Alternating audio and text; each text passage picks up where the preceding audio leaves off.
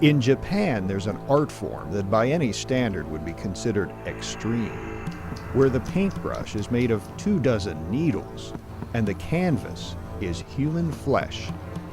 Every inch of flesh, from your wrists to your ankles. It's called horimono, Japanese full-body tattoo. These full-body masterpieces can cost tens of thousands of dollars and a lifetime of suffering to complete. I can feel the needle going in and in and in. But for all that's endured to get one, these tattoos are usually hidden. Why go to all that pain and suffering for something few others will ever see? Because showing it can identify you as one of the most notorious and feared members of Japanese society. They're called Yakuza, the gangsters of Japan. They inhabit a world of drug running, prostitution, extortion, and other crimes. In this realm, horimono is a mark of belonging. As a result, most Japanese view horimono as a symbol of the mob, unfit for public display. But one man is on a mission to change all that. Eiji Ruzuki is a renowned horimono master, known by the artist name Horikoi. Horikoi uses a time-honored design that allows wearers to keep their ink hidden under their clothes. These suits of tattoo are left bare in strategic places: hands, feet, and center of the chest. Samurai make a fierce showing in many of these designs.